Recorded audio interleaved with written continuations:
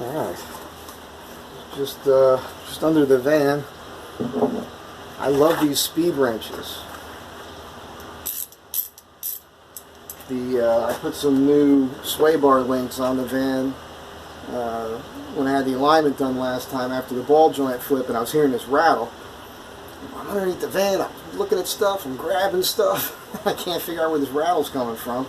And when I got home yesterday, I looked at the sway bar and I could see on the driver's side, I actually reached up with my fingers and I could tighten that bolt. So this is the only tool I could really get in there to get that done, so that was cool. You know, I'm gearing up for this trip, right? And I'm going to be off-road.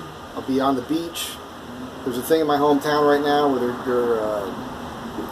for $100 you can get a weekday pass for getting on the beach in Island Beach State Park. And if they're still available when I get back, I'll do that, because I'm thinking I'll put a pole in the water, a line in the water, and sleep on the beach from time to time when I'm there. So recovery gear is a thing. And, you know, when I was young, when we went four-wheeling, we just threw a piece of 2x6 in the back of the car, or we at least had a shovel. And then you go throw rocks under the tire, or tree branches, or whatever. That's not always available. And so what people are doing now, they got these recovery tracks, I think they're calling them. So yeah, I've been watching YouTube videos, and people, they all have them. And then I was like, well, are they using them? So I started seeing where they're using them, and they look good. So I started doing some research on Amazon, and they're not cheap to get the good ones. And then when you look at the cheap ones, the best thing about Amazon, or shopping online in general, is that there's reviews. So you can see what people are actually doing. A lot of people actually post pictures. And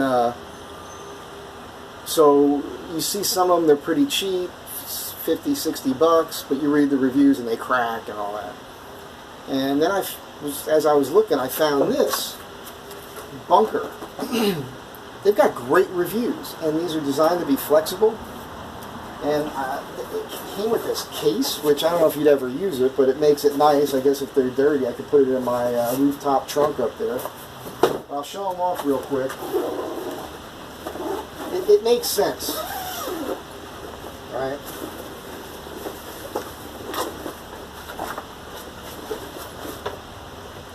So they stack nice, and they've got a nice handle on there, and they've got a spot to put a jack. And they also come with, they're not light, by the way. These things seem like they're pretty well made. And then they've got these recovery straps. So I guess you put this leash in there and it hangs out and makes it easy to pull it out of the mud after the fact. So just thought I'd show that off. Got some more material here. So you can see how well that's working out for sheet goods. I'm real excited about that. Wow, where did that come from? Alright. Story time. I had a guy contact me a week and a half ago, like a talent agent. I don't know how that happened, but he contacted me and talked to me about doing a show. And I didn't realize it. We were getting along so well talking. We did a Zoom thing, and he asked, can I record this? Ask you a couple questions. Sure. I wasn't thinking about it as being like an audition, but I guess that's what it was. After that, we spoke for a longer period of time. We got along great. We actually see the world the same way. I was kind of shocked. Like, how do you even do this job in LA? Anyhow, Monday I got contacted by this production company to go down last night. So yesterday I worked my ass off. I was up at 6 a.m., worked my ass off all day, and then I had to be downtown at 6 o'clock last night for this thing. Now I thought it would be a one-on-one thing. They said it was a chemistry reading, which I understand. They were going to put you together with some other people. So it was downtown Los Angeles, south of downtown, and I got to tell you, I haven't been down there in a while, you know, ever since the pandemic thing, and we all been kind of staying close to home, not getting around much. When I say we, I'm saying Angelinos. And that place has always been kind of a crappy area, but it is a total shithole now.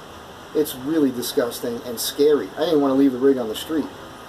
And when I went into this place, it was actually more of a cattle call. There was a lot of people there. So, like, you know.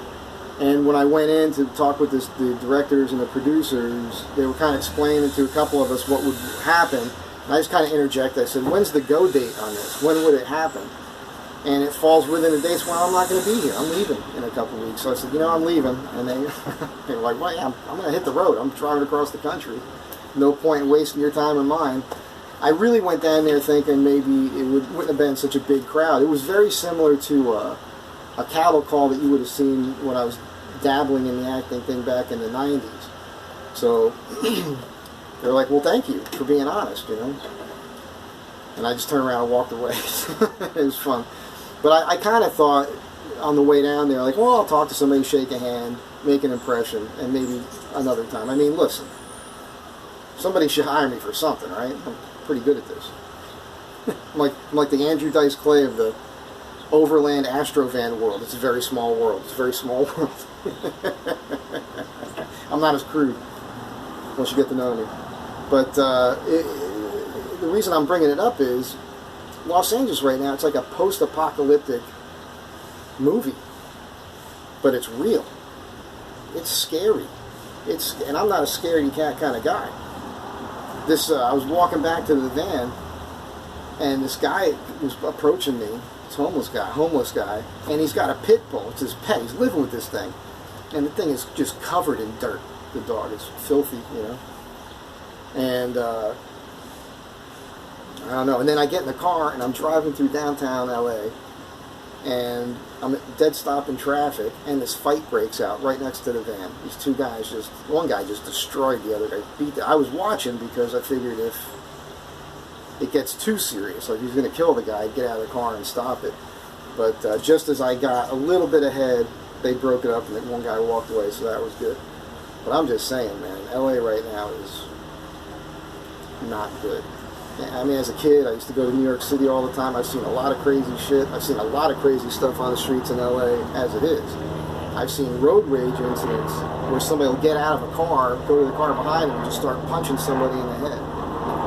I've seen naked homeless people running around. I've seen people pooping on the street. So it's not something that's totally new. Helicopters. It's like a friggin' war zone around here. So stay out of LA. I can't wait to get the hell out of here. And I just want to show off some gear. I'll tell you a little story time. Oh, if you're my age, you know what this is, right? Remember G.I. Joe? Adventure Team? Well, my gal Debbie, thank you Debbie, she contacted me yesterday, and we're doing Astro Van Tribe. So we're kind of ripping off this logo a little bit, and it looks awesome. Wait till you see those. Wait till you see those stickers. Have a good day. Be cool. Bye.